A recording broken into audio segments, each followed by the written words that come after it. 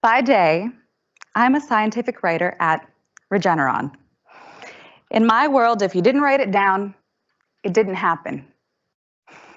By night, and on weekends, and at weddings and funerals, and sometimes company holiday parties, I sing. And for a long time, I thought these two worlds had nothing to do with each other. But I was wrong. In addition to chemistry, I went to school to study music and vocal performance. And in music composition class, I was the student who always had nothing.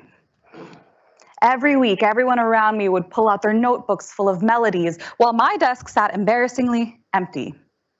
But I was writing. I'd write a melody, a few bars, and then I'd hum through it and think, well, that's stupid, so I'd rip it out of my notebook and throw it away. Not because I didn't have ideas, but because I didn't feel that my ideas were good enough. After a couple of weeks of this, my professor finally said, Kelsey, what you need is a recycling bin. Not metaphorically, literally. So I took a manila folder, drew a blue recycling symbol on it, and pinned it to the wall above my piano. And every time I wrote something, hated it, and tore it out of my notebook, instead of dropping it in the trash, I dropped it in the folder, my recycling bin. And when I brought it to class that week, my professor sat down at the piano and one torn strip at a time played through my garbage. After a minute, he stopped and said this thing that stuck with me for years. You're being too critical. You're editing yourself into silence. That line hit me like a slap in the face because it wasn't just about music. It was about how easily I was erasing myself before anyone had the chance to hear me. A few years later, I was in a master's program for opera singing. And if you know anything about classical training, you know what this looks like. Hours in the practice room, day after day, working the same passages, the same exercises, the same dead horse over and over. And I don't say that lightly because I love singing, or at least I used to. Because during that time, something strange started happening. The more I practiced, the less I felt like I was improving. My confidence tanked, which made me sing timidly, which made me sing worse, which tanked my confidence even more. It was this perfect spiral. I thought something must be physically wrong with me, so I traveled to New York City to see a world-class laryngologist, the one the Met singers go to. So I'm sitting in this chair, scope threaded up my nose and down my throat, thinking, this is it. The real qualified professional is going to tell me that I've been doing, in fact, everything right, and there's just something physically and unavoidably wrong with my throat. Instead, he looked at the monitor and he said it so casually. He said, looks normal. And I remember thinking, what does he know? He's wrong, which is unhinged, right? Sure, the world-renowned specialist is wrong, but my anxiety is definitely correct. Even evidence doesn't help when your brain is committed to the story. And the story I was living in was, I'm not good enough. My instrument is broken and I'm falling behind. And this story completely infected the way I think about high notes. I'm not always afraid because I can't sing them. I'm afraid of what happens when I try.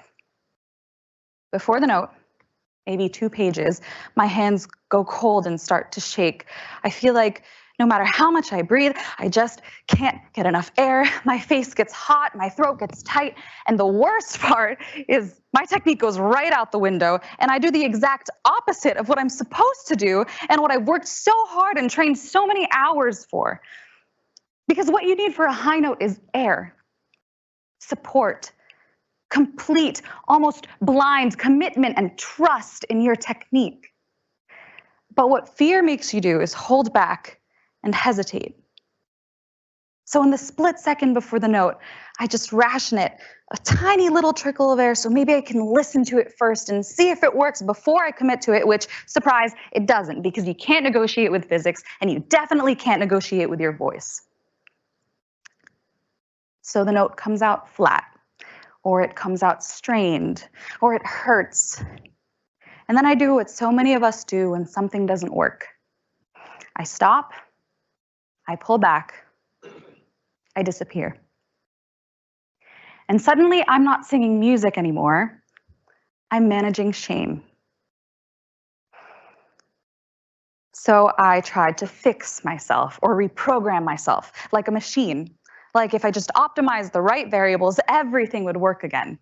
So between reading the books and trying the routines and manipulating my technique one variable at a time, I had this ridiculous epiphany.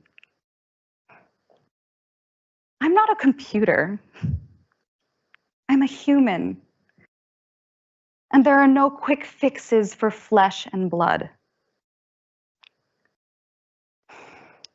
Miles Davis once said, anybody can play. The note is only 20%. The attitude of the person who says it or plays it is 80%.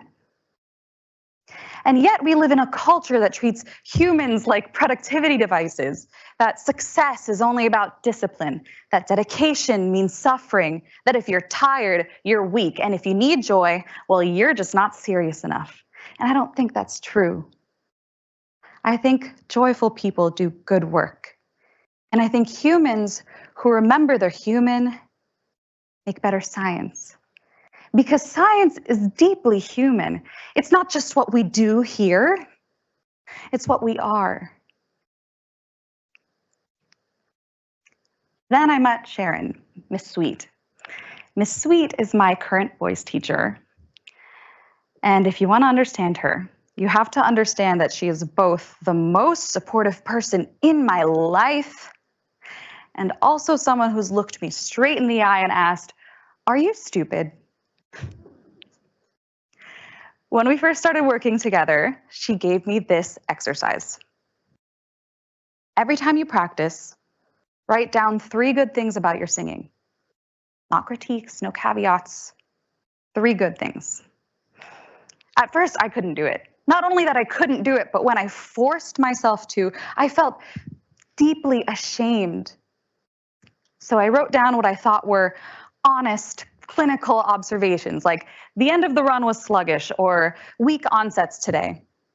And when I recited these at my lesson, she stopped me and said, "That is not what I asked for." So I tried again. "I have a pretty voice, but..." She cut me off. "No buts. I'm not asking you to lie," she said. "I'm asking you to notice reality. Because when you're in that spiral, you stop noticing what's working and you only notice what's missing. And your brain will absolutely build a prison out of that. So let me ask you, where are you editing yourself into silence?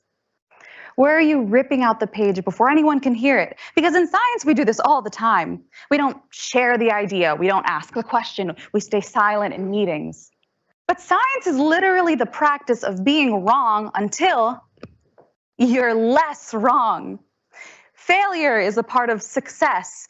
Humanity is a part of productivity. Every note you play or sing is a part of the piece. Each success and each failure is a part of what makes you, you. Not the version of you that's performing, the version of you that's alive.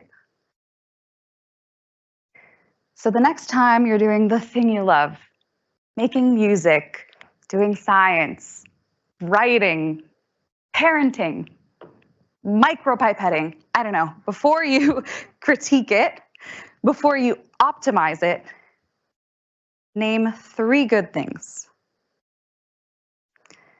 Nowadays, my 3 good things look like this. I am expressive. I practiced intentionally.